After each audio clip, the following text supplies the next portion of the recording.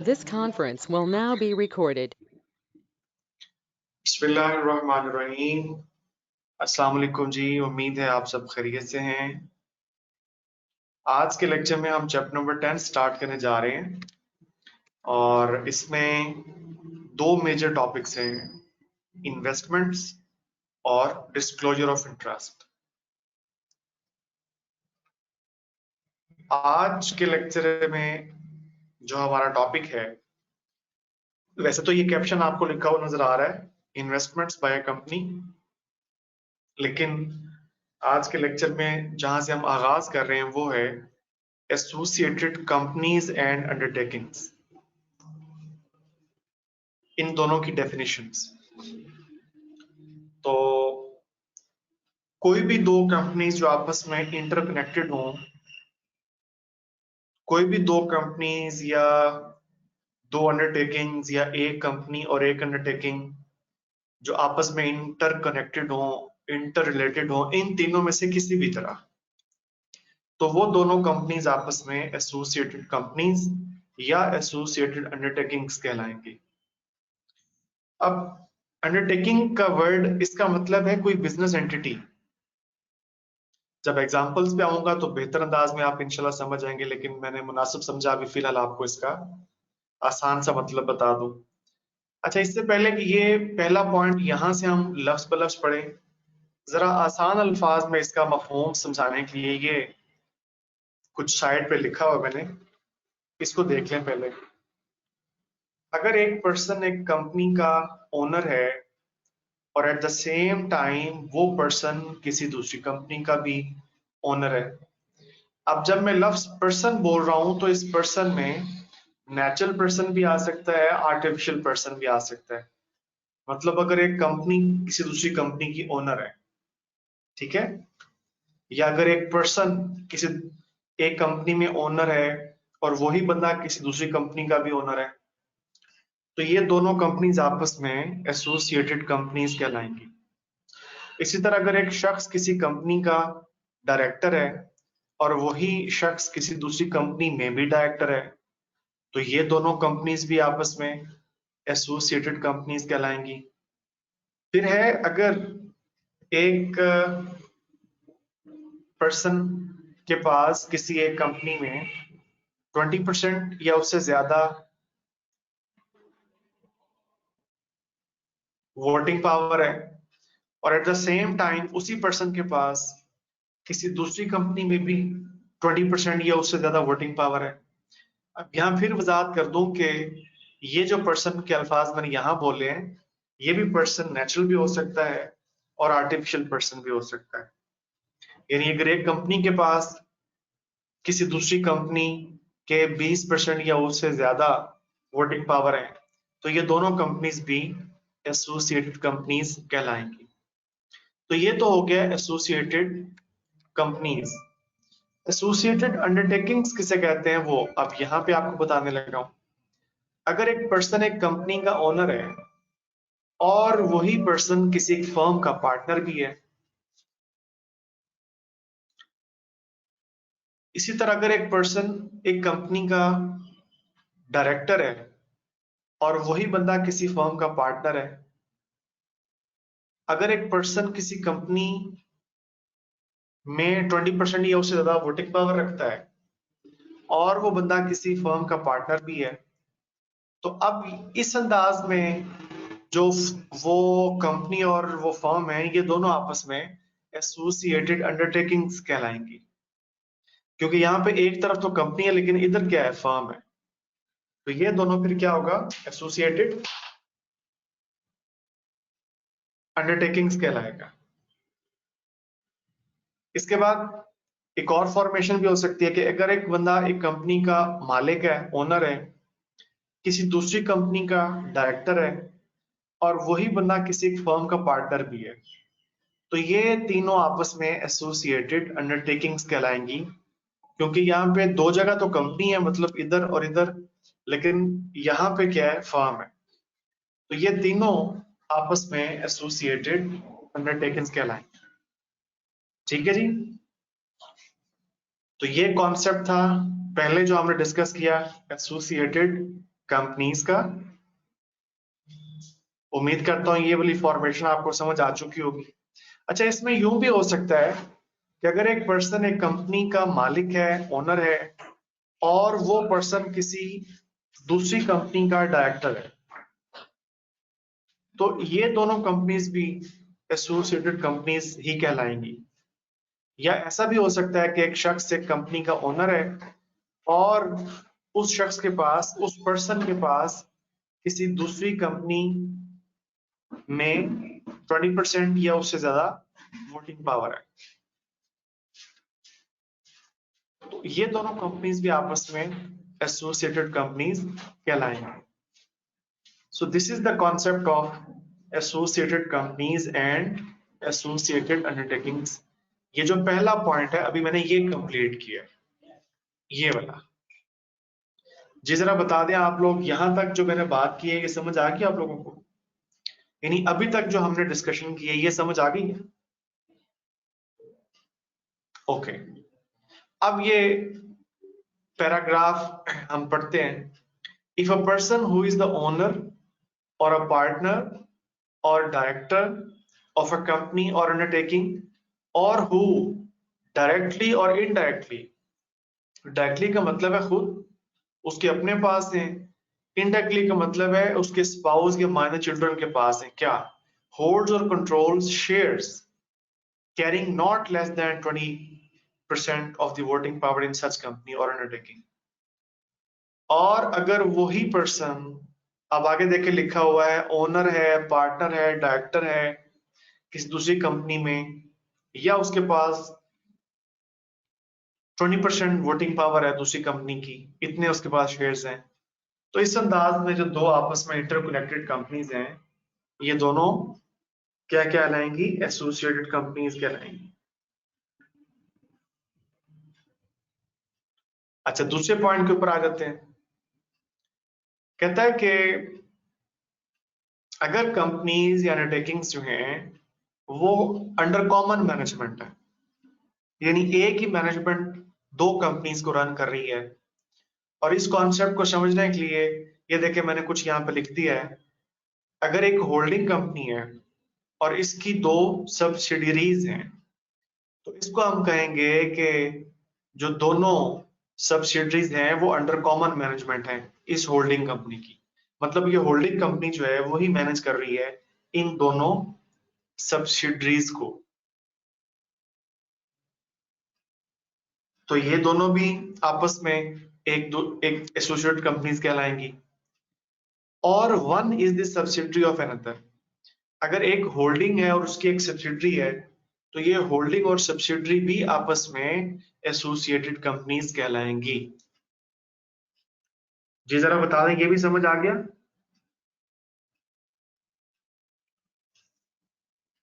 बताएं जी सब लोग, दूसरा पॉइंट भी समझ आ गया? ओके, अब चलते हैं पॉइंट नंबर 3 की तरफ। कहता है कि अगर एक अंडरटेकिंग, कौन सा रिपीट कर दो भाई? ये सेकंड वाला? अच्छा फिर सुन लें। कहता है अगर कोई कंपनीज ऐसी हैं कि वो अंडर कॉमन मैनेजमेंट है, और इन अल्फाज को समझाने के लिए ये एग्जांपल मैंने लिखी हुई है कि अगर एक होल्डिंग कंपनी है जिसकी दो सब्सिडरीज हैं, तो हम यही कहेंगे कि ये दोनों सब्सिडरीज जो हैं अंडर कॉमन मैनेजमेंट, मतलब इन दोनों कंपनीज की मैनेजमेंट होल्डिंग कंपनी के पास है।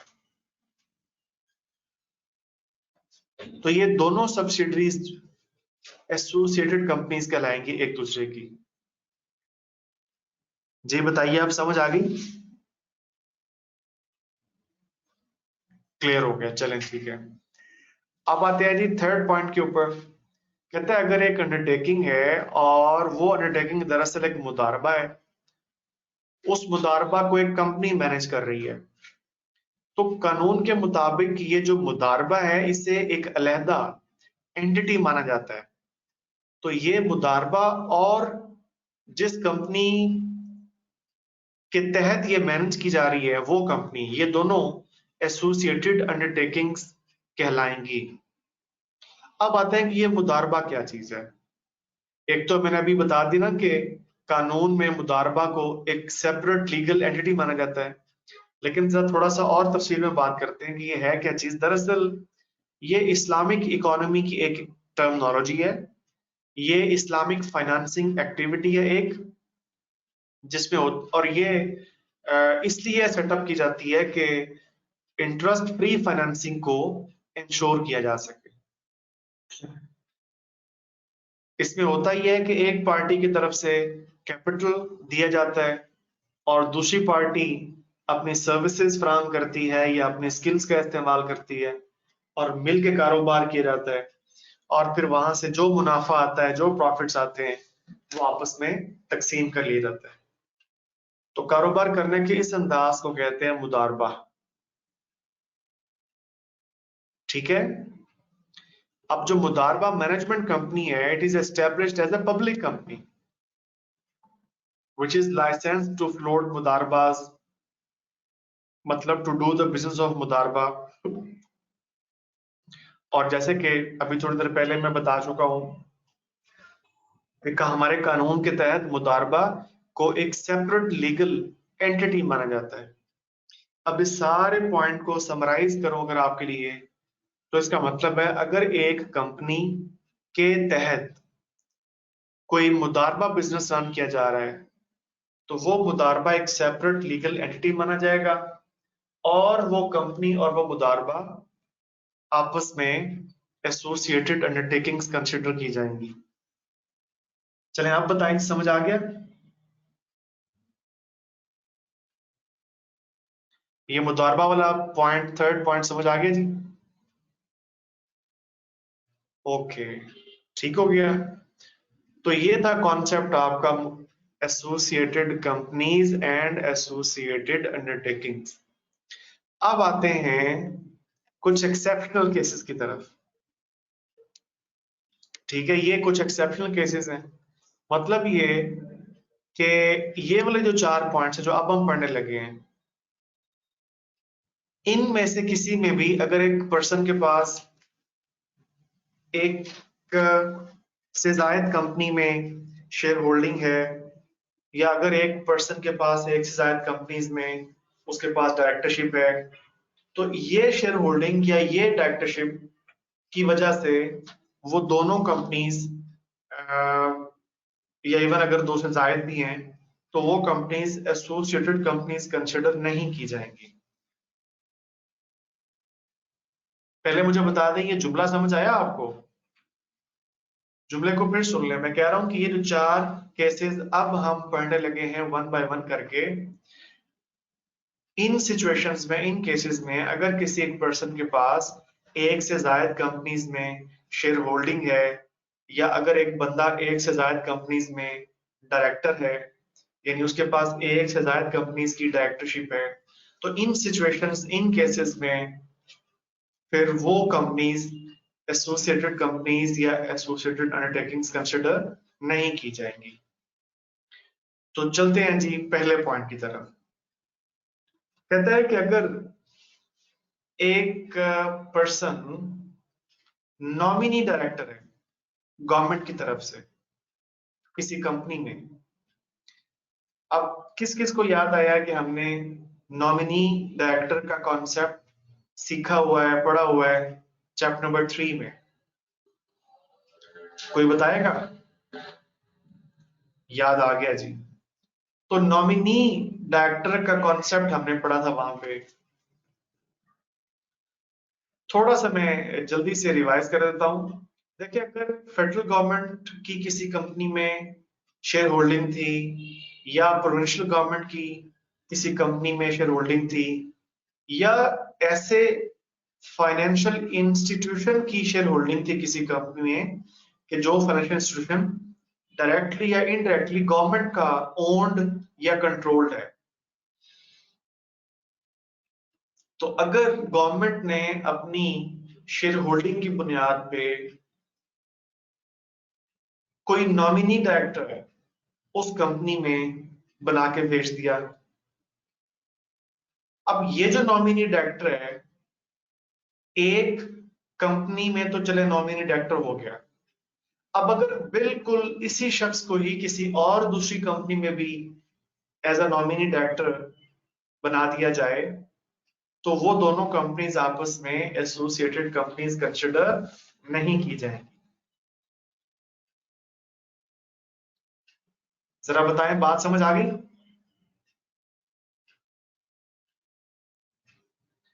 या इवन जिस पर्सन को गवर्नमेंट ने अपना नॉमिनी डायरेक्टर बनाया था कंपनी में, अगर वो बंदा किसी और दूसरी कंपनी में सिर्फ डायरेक्टर भी है, तो वो कंपनी जिसमें वो डायरेक्टर है और वो कंपनी जिसमें वो गवर्नमेंट का नॉमिनी डायरेक्टर है, वो दोनों कंपनीज भी आपस में एसोसिएटेड कंपनीज कंसिडर नहीं की जाएंगी।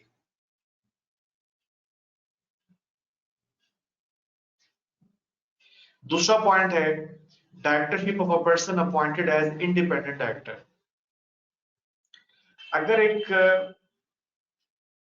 पर्सन जो किसी कंपनी का डायरेक्टर है और उसी पर्सन को किसी दूसरी कंपनी में इंडिपेंडेंट डायरेक्टर के तौर पे अपॉइंट कर दिया गया, तो ये दोनों कंपनीज भी आपस में एसोसिएटेड कंपनीज नहीं कहलाएंगी। अच्छा, इसकी एक और सूरत ये भी हो सकती है कि अगर एक ही बंदे को दो कंपनीज में इंडिपेंडेंट डायरेक्टर अपॉइंट कर दिया जाए तो वो दोनों कंपनीज भी एसोसिएटेड कंपनीज कंसिडर नहीं की जाएंगी। अब वंस अगेन आपसे क्वेश्चन करूंगा, याद आया इंडिपेंडेंट डायरेक्टर वाला टॉपिक? बताया था ना मुझे जी। तो ये भी एसोसिएटेड कंपनीज नहीं है। थर्ड पॉइंट है कि अगर नेशनल इन्वेस्टमेंट ट्रस्ट के पास शेयर्स हैं किसी कंपनी के, अब नेशनल इन्वेस्टमेंट ट्रस्ट ये हुकूमत का इदारा है और नेशनल इन्वेस्टमेंट ट्रस्ट के पास मुख्तलिफ कंपनीज के शेयर्स होते हैं, तो वो कंपनीज आपस में एक दूसरे की एसोसिएटेड कंपनीज नहीं है। इसी तरह डायरेक्टली या इनडायरेक्टली अगर कोई ओन्ड या कंट्रोल्ड गवर्नमेंट की जानिब से डायरेक्टली या इनडायरेक्टली ओन्ड या कंट्रोल कोई फाइनेंशियल इंस्टीट्यूशन है और उस फाइनेंशियल इंस्टीट्यूशन की शेयर होल्डिंग है मुख्तलिफ कंपनीज में, तो वो कंपनीज भी आपस में एक दूसरे की एसोसिएटेड कंपनीज नहीं होंगी। जी बताइए, ये पॉइंट समझ आया? सेकंड पॉइंट के बारे में बता दें बच्चों, अब बल्कि थर्ड पॉइंट के बारे में। ओके, इस तरह थर्ड पॉइंट के बाद फोर्थ है कि सेंट्रल डिपॉजिटरी कंपनी के नाम पे अगर शेयर्स रजिस्टर्ड हुए हैं। अब सीडीसी सेंट्रल डिपॉजिटरी कंपनी ये क्या है? ये वो कंपनी है कि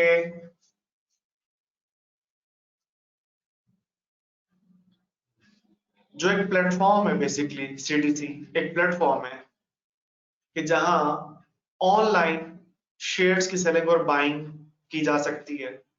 वैसे एक तो प्लेटफॉर्म है ना स्टॉक एक्सचेंज, लेकिन अगर ऑनलाइन आपने शेयर्स की सेलिंग और बाइंग करनी हो तो ये एक प्लेटफॉर्म है सीडीसी का, सेंट्रल डिपॉजिटरी कंपनी का।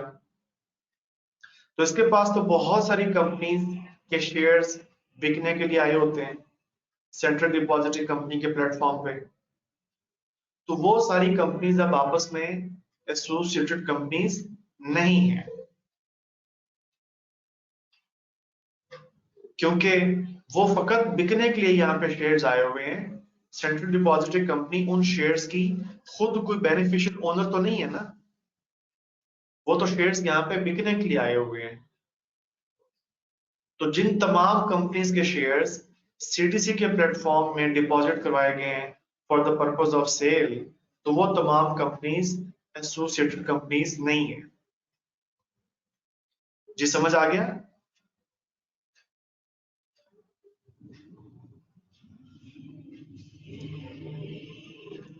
यार जरा बता दें, रिस्पॉन्ड कर दें। ओके, तो ये है जी एसोसिएटेड कंपनीज और एसोसिएटेड अंडरटेकिंग्स, और उसके बाद फिर हमने कुछ एक्सेप्शनल केसेस पढ़ लिए। अब ये एग्जांपल्स देखते हैं तो आपको बहुत आसानी से ये समझ आ जाएगा। एग्जांपल नंबर 1 देखिए जी। Azam is a director in ABC limited, जो कि एक पब्लिक कंपनी है। अगर मिस्टर आजम डीईएफ लिमिटेड में भी डायरेक्टर है,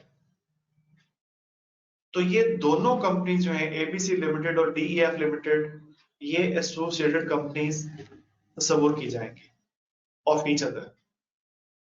वजह क्या है? Due to the presence of a common director mister Azam between both of them. अच्छा, नेक्स्ट सिचुएशन ये है कि अगर मिस्टर आजम एक फर्म में पार्टनर भी है, यानी उन दो कंपनीज में डायरेक्टर है, और एक फर्म है जीएचआई एंटरप्राइजेस, इसमें ये पार्टनर भी है, तो अब ये तीनों जो बिजनेसेस हैं, तीनों अंडरटेकिंग्स, ये एसोसिएटेड अंडरटेकिंग्स कंसिडर की जाएंगी। जी बताएं, समझ आ गई? इसके बाद एग्जांपल नंबर 2 देख लें।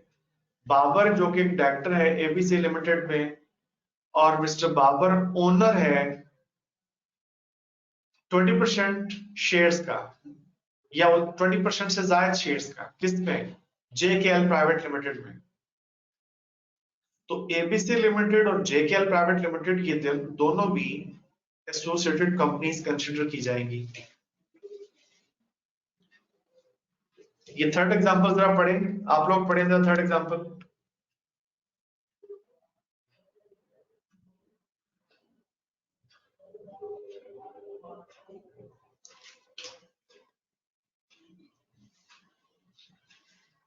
जी बताएं, समझ आ गया?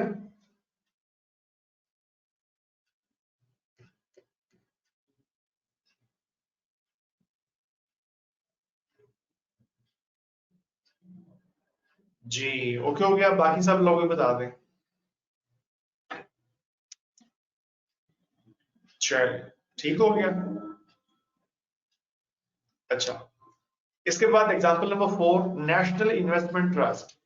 जैसे कि अभी पिछले पेज के ऊपर भी ये अल्फाज आए थे, तो मैंने बताया था कि ये दरअसल हुकूमत पाकिस्तान का इदारा है, और ये हुकूमत के बिहाफ पे मुख्तलिफ कंपनीज में इन्वेस्टमेंट करता है, ताकि हुकूमत के पास रेवेन्यू आए, गवर्नमेंट के पास रेवेन्यू आए। तो गवर्नमेंट के बिहाफ पे ये मुख्तलिफ कंपनीज में इन्वेस्टमेंट करता है ये इदारा। जी समझ आ गया नेशनल इन्वेस्टमेंट ट्रस्ट क्या है? अभी किसी ने क्वेश्चन किया था गालिबन। तो नेशनल इन्वेस्टमेंट ट्रस्ट के पास 25% शेयर्स है जी एबीसी लिमिटेड में, और 30% शेयर जो है वो एक्सवाईजी लिमिटेड में है। तो एबीसी लिमिटेड और एक्सवाईजी लिमिटेड आपस में एसोसिएटेड कंपनीज कंसिडर नहीं की जाएंगी, क्योंकि अभी पिछले पेज के ऊपर आपको ये एक्सेप्शन के अंदर एक पॉइंट बताया था, ये वाला, अगर आपको याद रह गया हो तो। ऐसा ही है बच्चों। अच्छा, इसके बाद एग्जांपल नंबर 5, ये भी वो एक्सेप्शनल केसेस में से ही है। Saima is director in ABC limited and she is also independent director appointed in XYZ Limited. ABC limited company में तो ये डायरेक्टर है, लेकिन XYZ लिमिटेड कंपनी के अंदर ये इंडिपेंडेंट डायरेक्टर के तौर पे अपॉइंट की गई है। So as per the exception जो पिछले पेज पे हमने पढ़ा था, ये दोनों कंपनीज एबीसी लिमिटेड और XYZ लिमिटेड, ये एसोसिएटेड कंपनीज कंसिडर नहीं की जाएंगी। जी बताएं, बात समझ आ गई?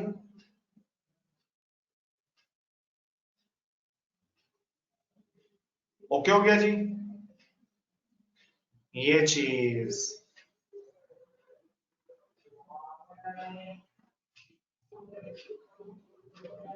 सारे पॉइंट समझ आ गए?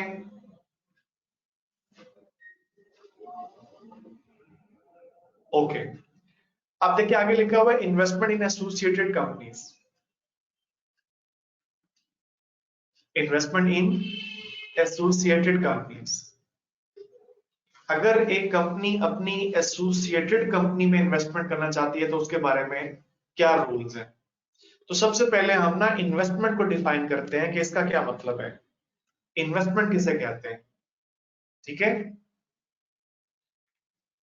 तो लफ्ज इन्वेस्टमेंट, ये जो टर्म इन्वेस्टमेंट यहाँ पे इस्तेमाल की गई है, इससे मुराद है अगर एक कंपनी किसी दूसरी कंपनी में इक्विटी इन्वेस्टमेंट करती है, मतलब शेयर्स परचेज कर लेती है, या अगर एक कंपनी ने दूसरी कंपनी को लोन दिया हुआ है, या इवन एडवांस या उसकी गारंटी दी हुई है, लोन कहीं और से दिलवाया है, तो इक्विटी की फॉर्म में इन्वेस्ट किया जाए या लोन की शक्ल में, तो इसे कहते हैं इन्वेस्टमेंट। ठीक है, अब इसमें एक एक्सेप्शन है, except for the amount due as normal trade credit. हाँ, आमतौर पे जो नॉर्मल ट्रेड क्रेडिट है किसी दूसरी कंपनी की जानिब के, जिसकी टर्म्स एंड कंडीशन जो है वो आर्म्स लेंथ पे डिसाइड की गई हैं और कंपनी की ट्रेड पॉलिसी के मुताबिक वो टर्म्स एंड कंडीशन डिसाइड की गई थी, तो वो नॉर्मल ट्रेड क्रेडिट, वो इन्वेस्टमेंट तस्वुर नहीं किया जाएगा। मसलन एक कंपनी ने गुड्स वगैरह सेल की थी, उनकी पेमेंट अभी ड्यू है उसकी तरफ, तो ये जो ड्यू पेमेंट है ये कोई इन्वेस्टमेंट तस्वुर नहीं की जाएगी उस कंपनी में। अब यहाँ पे आर्म्स लेंथ ट्रांजैक्शन के अल्फाज इस्तेमाल किए गए हैं। इसका मतलब अगर आसान अल्फाज में आपको बताऊं तो ऐसी ट्रांजैक्शन जो बराबरी की सतह पे की गई हो, इक्वल फुटिंग पे। मतलब एक कंपनी ने कोई आंटी फेवर किसी को नहीं दी दूसरी कंपनी को, बल्कि बिल्कुल बराबरी की सतह के ऊपर, इक्वल फुटिंग के ऊपर वो ट्रांजैक्शन की गई है, तो ऐसी ट्रांजैक्शन को कहते हैं आर्म्स लेंथ ट्रांजैक्शन। वैसे आगे जाके इसको डिफाइन भी किया जाएगा, लेकिन यहाँ पे चूंकि ये टर्म यूज की गई है तो मैंने मुनासिब समझा कि आपको जरा मुख्तसर और आसान अल्फाज में इसका मतलब बता दूं। तो याद रख लीजिएगा, ये जो नॉर्मल ट्रेड क्रेडिट होता है इसको हम इन्वेस्टमेंट नहीं कहते। इन्वेस्टमेंट ये चीजें हैं जो पहले बता चुका हूं, ये वही। अब आ जाते हैं जी power to make investments in general. अगर एक कंपनी ने किसी दूसरी कंपनी में इन्वेस्टमेंट करनी है तो इस इन्वेस्टमेंट का जो फैसला है वो बोर्ड ऑफ डायरेक्टर्स ने करना है बोर्ड मीटिंग में। ठीक है, लेकिन जनाब अगर एक कंपनी ने अपनी इन्वेस्टमेंट कंपनी में इन्वेस्ट, अगर एक कंपनी ने अपनी एसोसिएटेड कंपनी में इन्वेस्टमेंट करनी है तो इसके लिए फिर लॉ की रिक्वायरमेंट ये है कि स्पेशल रेजोल्यूशन पास की जाएगी। पहले स्पेशल रेजोल्यूशन पास की जाएगी कंपनी की जनरल मीटिंग में, और स्पेशल रेजोल्यूशन में ये चीजें इंडिकेट की जाएंगी, वाजे की जाएंगी। Nature of investment, nature of investment का मतलब है क्या इक्विटी के फॉर्म में इन्वेस्टमेंट की जा रही है या लोन की शक्ल में। अच्छा, उसी स्पेशल रेजोल्यूशन में ये चीज भी मेंशन होगी, पीरियड, कितने अरसे की इन्वेस्टमेंट की जा रही है, कितनी अमाउंट इन्वेस्ट की जा रही है, किन शराइत पे, किन टर्म्स एंड कंडीशंस पे इन्वेस्टमेंट की जा रही है। तो ये तमाम चीजें उस स्पेशल रेजोल्यूशन में मेंशन होगी। अब अगर फर्ज करें कि एक चीज तय हो गई थी, अब उसमें कोई तब्दीली लेके आनी है, फर्ज करें अमाउंट ऑफ इन्वेस्टमेंट को इंक्रीज करना है या नेचर ऑफ इन्वेस्टमेंट को चेंज करना है या टर्म्स एंड कंडीशंस जो पहले तय की गई थी उनमें अगर कोई चेंज लेके आना है, तो लॉ की रिक्वायरमेंट है कि इनमें से भी कोई काम करना है तो भी स्पेशल रेजोल्यूशन पास करना होगी। ठीक हो गया जी? यार यहां तक बता देना, समझ आ गया सब लोगों को? अच्छा, इसके बाद है एग्रीमेंट फॉर लोन। मतलब ये है कि अगर एक कंपनी अपनी एसोसिएटेड कंपनी में इन्वेस्टमेंट करने जा रही है in the form of loan, by the way of loan, तो फिर जरूरी है कि इन दोनों कंपनीज के बीच में एक रिटन एग्रीमेंट हो। उस रिटन एग्रीमेंट में जहां और बहुत सी बातें लिखी हुई होंगी वहां पे ये वाले पॉइंट्स पे लिखे हुए होने जरूरी हैं। अब ये जो टर्म आपको नजर आ रही है इंटर एलिया, इंटर एलिया का मतलब होता है इंक्लूडिंग अदर थिंग्स। मतलब उस रिटन एग्रीमेंट में और भी पॉइंट्स हो सकते हैं लेकिन उनमें ये पॉइंट्स भी मेंशन्ड होना जरूरी है उस रिटन एग्रीमेंट में।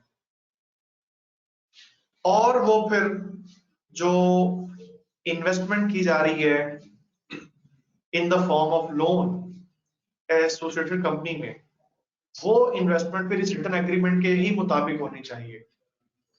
तो देखते हैं जी उस रिटन एग्रीमेंट के अंदर ये वाले कौन कौन से पॉइंट्स हैं जो उस रिटन एग्रीमेंट में मौजूद होने चाहिए। Nature of loan, purpose of loan, period of the loan, rate of return, अगर कोई फी या कमीशन किसी को पे किया गया है, इस लोन की रीपेमेंट का शेड्यूल क्या है, प्रिंसिपल अमाउंट का और रिटर्न का। ठीक है, penalty clause in case of default, या फिर अगर लेट पेमेंट हुई तो पेनल्टी कितनी होगी, और अगर कोई सिक्योरिटी वगैरह दी गई है इस लोन को सिक्योर करने के लिए तो उसके बारे में भी यहाँ पे लिखना होगा। ठीक है जी, जरा बता दें यहां तक समझ आ गया? ये वाला पॉइंट समझ आ गया जी सब लोगों को? रिटर्न एग्रीमेंट वाला पॉइंट। ओके। अच्छा, अब इसमें ये एक और कंडीशन है, रिटर्न ऑन इन्वेस्टमेंट। बहुत अहम पॉइंट है ये वाला। कहता है कि अगर एक company in the form of loan investment करने जा रही है, अगर एक company in the form of loan investment करने जा रही है, तो ये जो इन्वेस्टिंग कंपनी है, ये जो इन्वेस्टर कंपनी है, ये उस रेट ऑफ इंटरेस्ट से कम रेट ऑफ इंटरेस्ट पे लोन नहीं देगी जिस रेट ऑफ इंटरेस्ट पे खुद इसने लोन लिया हुआ है। यानी अपनी बोरोइंग कॉस्ट से कम पे लोन नहीं दिया जाएगा इन्वेस्टी कंपनी को, या फिर उस रेट ऑफ इंटरेस्ट से कम रेट ऑफ इंटरेस्ट पे लोन नहीं दिया जाएगा जो rate of interest commission specify कर दे, विच एवर इज हायर। मिसाल के तौर पे कंपनी ए है, इसने कंपनी बी में इन्वेस्टमेंट करनी है in the form of loan. मतलब ए कंपनी ने बी कंपनी को लोन देना है और खुद ए कंपनी ने 10% के हिसाब से लोन लिया हुआ है मिसाल के तौर पे। अब अगर ये बी कंपनी में इन्वेस्टमेंट करने जा रही है तो उसका मतलब 10% से कम रेट ऑफ इंटरेस्ट पे बी कंपनी को लोन नहीं दिया जाएगा, बल्कि इससे ज्यादा पे लोन दिया जाएगा। क्योंकि इसकी अपनी बोरोइंग कॉस्ट कितनी है, ये इसने खुद कितने पे लोन लिया हुआ है, 10% पे।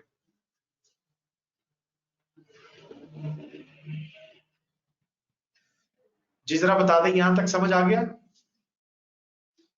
ये रेट ऑफ इंटरेस्ट वाली बात समझ आ गई आप लोगों को?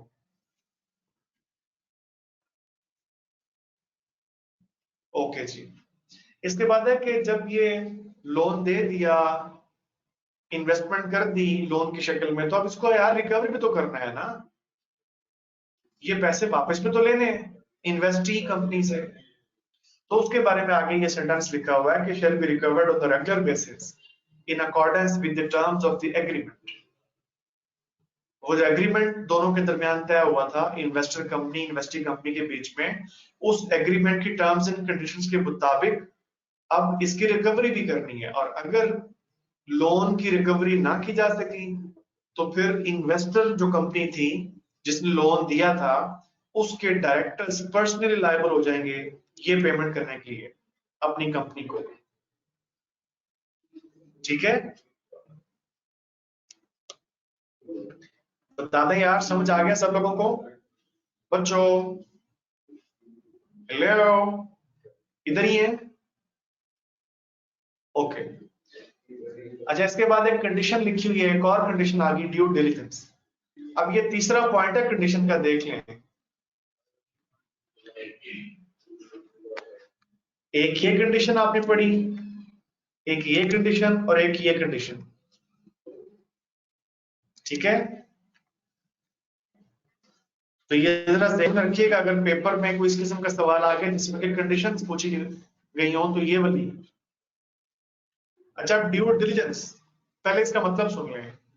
ड्यू डिलिजेंस का मतलब होता है कि किसी भी बिजनेस में इन्वेस्ट करने से पहले अच्छी तरह इन्वेस्टिगेट कर लेना, तहकीक कर लेना उस बिजनेस के बारे में, इसे कहते हैं ड्यू डिलिजेंस। पहले बता दें आप, क्या ड्यू डिलिजेंस का मतलब समझ आ गया, परफॉर्म समझ आ गया? किसी भी कारोबार में इन्वेस्टमेंट करने से पहले उस कारोबार के बारे में अच्छी तरह इन्वेस्टिगेट कर लेना, ये प्रॉफिटेबल है भी या नहीं, हर लिहाज से जायजा लेना, एनालिसिस कर लेना, इसे कहते हैं ड्यू डिलिजेंस। इसका मतलब जानने के बाद अब आ जाए इस पॉइंट के ऊपर। कहते हैं अगर एक कंपनी दूसरी कंपनी में इन्वेस्टमेंट करने जा रही है लोन की शक्ल में, तो जो इन्वेस्टिंग कंपनी है उसके डायरेक्टर्स सर्टिफाई करेंगे कि हम लोगों ने इन्वेस्टमेंट से पहले अच्छी तरह ड्यू डिलिजेंस कर ली थी और ड्यू डिलिजेंस के बाद ही हमने इन्वेस्टमेंट की है, मतलब इन्वेस्टिंग कंपनी को लोन दिया है। एक बात, दूसरी बात यह है कि हमने उस बोरोइंग कंपनी, उस इन्वेस्टी कंपनी की फाइनेंशियल हेल्थ भी चेक कर ली थी, that it has the ability to repay the loan as per the agreement। तो इन दोनों चीजों को सर्टिफाई करना होगा, इन दोनों बातों की तस्दीक करनी है। किसने? इन्वेस्टिंग कंपनी के डायरेक्टर्स ने। तो ये भी एक कंडीशन है जी, अगर लोन की शक्ल में इन्वेस्टमेंट की जा रही है तो। जी बताएं, समझ आ गया?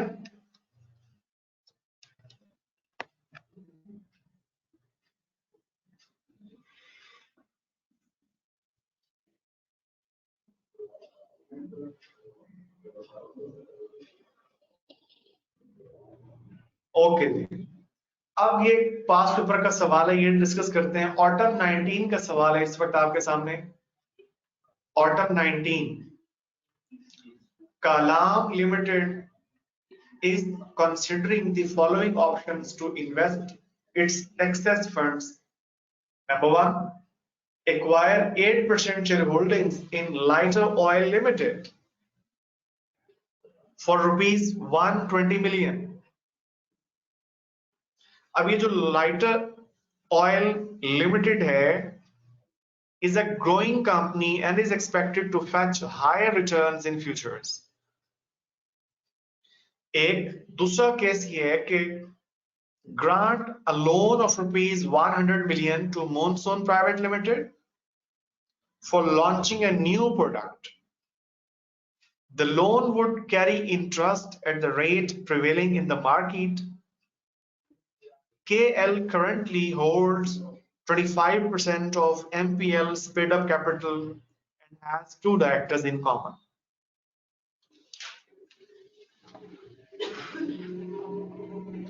अब आ जाते हैं रिक्वायरमेंट की तरफ। वो कहते हैं स्पेसिफाई, कानून के मुताबिक स्पेसिफाई द कंडीशन और conditions which KL must fulfill before opting for any of the above investment options. जी जनाब,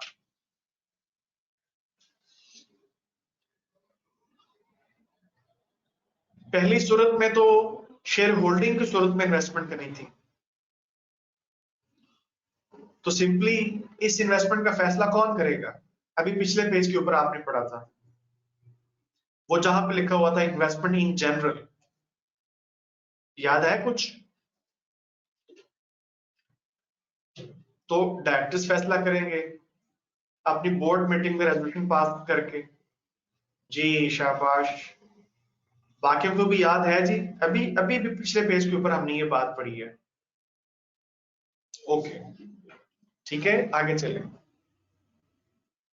पार्ट 2 के ऊपर। अब आप यहां पे देखें, ये 2 डायरेक्टर्स इन कॉमन है, तो ये हो गया क्या? एसोसिएटेड। हाँ जी, बड़ी बात है जी, माशाल्लाह, पहले गेस कर लिया आपने। तो यहां पे चूंकि मामला आ गया एसोसिएटेड कंपनी वाला, तो अब फिर स्पेशल रेजोल्यूशन पास करने की रिक्वायरमेंट जो अभी हमने पिछले पेज में पढ़ी उसको फुलफिल करना होगा, ठीक है। और फिर ये तमाम चीजें जो अभी अभी हमने डिस्कस की बड़ी डिटेल से, यहाँ पे देखें वो सारा कुछ इसके आंसर में लिखा हुआ है। वो जो कंडीशंस हमने पढ़ी थी वो सारी कंडीशंस यहाँ पे ये पैराग्राफ में लिखी हुई है। ये कंडीशन 1 है, ये कंडीशन 2 है, ये कंडीशन 3 है। जरा एक नजर देखें।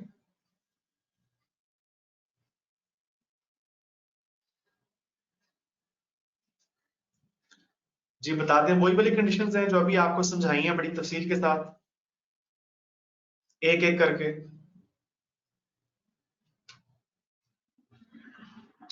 वही हैं। ओके हो गया जी। ओके। इसी तरह ये प्रैक्टिस क्वेश्चन नंबर 2 जो है ये बी पास पेपर का सवाल है और ये स्प्रिंग 2016 में आया था। स्प्रिंग 2016 का क्वेश्चन है जी ये मैं होमवर्क के तौर पे आपको दे रहा हूं, ठीक है। पहले खुद आपने इसका जवाब देने की कोशिश करनी है और फिर अपने जवाब को आपने कंपेयर कर लेना है। In case of any further explanation आप मुझसे पूछ लेंगे, ठीक है बच्चों। अच्छा जी, एक लास्ट पॉइंट है जी आज के लेक्चर में, आज के टॉपिक से मुतालिक एग्जेम्पशंस एंड रेगुलेशंस। कहता है कि कमीशन कुछ सर्टेन क्लासेस ऑफ कंपनीज को स्पेसिफाई कर सकता है कि जिनके लिए ये स्पेशल रेजोल्यूशन पास करने की रिक्वायरमेंट नहीं होगी, उन पे ये एप्लीकेबल नहीं होगी। जो अभी आपने थोड़ी देर पहले पढ़ा कि इन्वेस्टमेंट इन एसोसिएटेड कंपनीज के लिए स्पेशल रेजोल्यूशन पास करने की रिक्वायरमेंट है। तो अब यहां पे आके कहा जा रहा है कि कमीशन के पास ये इख्तियार है कि अगर कमीशन चाहे तो कोई सर्टेन क्लासेस ऑफ कंपनीज को एग्जेम्प्ट कर सकता है स्पेशल रेजोल्यूशन पास करने की रिक्वायरमेंट से, ठीक है। और कमीशन ने रेगुलेशंस भी बनाए हुए हैं for imposing conditions and restrictions on making investments in associated companies. तो ये है जी हमारा आज का लेक्चर जो हम यहाँ पे कंक्लूड करते हैं। तो इंशाल्लाह यहाँ से ऑनवर्ड्स फिर अपने नेक्स्ट लेक्चर में स्टार्ट करेंगे। तब तक के लिए अल्लाह हाफिज।